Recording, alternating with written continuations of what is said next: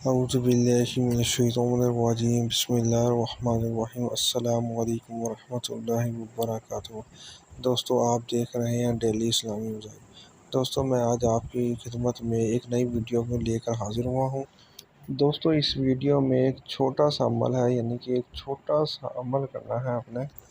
دوستو، یہ عمل صرف چند سیکنڈ کے لیے ہے۔ چند سیکنڈ یہ عمل کر کے آپ کی زندگی بدل سکتی ہے۔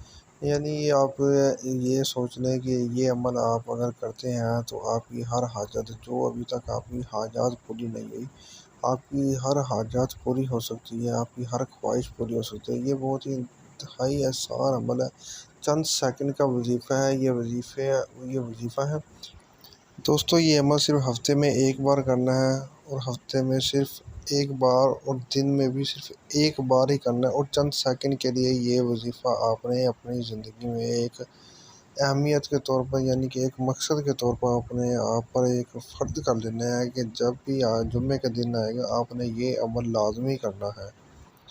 تو دوستو، اس عمل کا طریقہ یہ ہے کہ آپ نے دعا مانگنی ہے۔ دوستو، میں آپ سے گزارش کروں گا، اگر آپ نے میرا چینل سبسکرائب نہیں کیا تو پلیز سبسکرائب کر دیں، لائک کا بٹن دبا دیں، اور ساتھ بیل آئیکن کا بٹن بھی دبا دیں، تاکہ میری آنے والی نئی ویڈیو کا نوٹیفیکیشن آپ تک پہنچ سکے، اور آپ نئے سے نئے وظائف پر عمل کر کے اپنی زندگی کو بہتر بنا سکیں۔ دوستو، یہ عمل جمعے والے دن کرنا ہے، جمعے کی نماز کے دوران نہیں، جمعے کی نماز سے پہلے۔ یعنی کہ یہ جمعے والے دن کا عمل ہے۔ جمعے کی نماز جب آپ پڑھنے جاتے ہیں، یعنی کہ جمعے کی نماز سے پہلے جب امام خطبہ دیتا ہے، خطبے کے دوران آپ نے یہ دعا مانگنی ہے۔ تو مولانا کرام سے میں نے سنا تھا کہ اس خطبے کے دوران، یعنی کہ اس جمعے والے دن جو بھی اس دوران یہ عمل کرتا ہے اس کی ہر حاجات پوری ہو جاتی ہے۔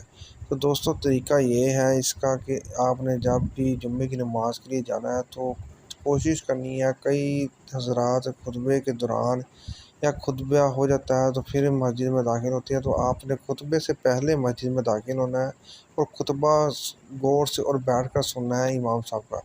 دوستو، یہ خطبے کے دوران کا یہ عمل ہے۔ خطبے کے دوران یہ عمل ہے کہ جب امام خطبہ دیتا ہے اور درمیان میں جب خطبہ دیتے وقت وقفہ آتا ہے، یعنی کہ امام خطبہ دیتے ہوئے پھر بیٹھتا ہے، پھر دوبارہ کھڑا ہو کر خطبہ دیتا ہے، تو جو اس خطبے کے دوران غائب آتا ہے، جو جب امام بیٹھتا ہے، تو آپ نے اس ٹائم دعا مانگنی ہے۔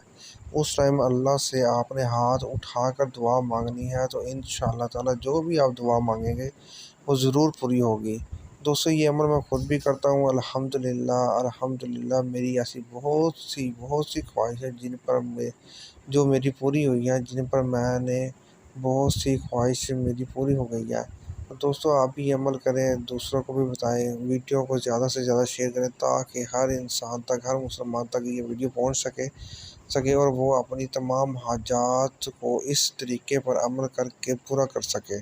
دوستو، آپ سے گزارش کرتا ہوں ایک بار پھر کہ جو آپ نے میری اس چینل کو سبسکرائب نہیں کیا تو پلیز سبسکرائب کر دیں، بیل آئیکن کا بٹن دبا دیں،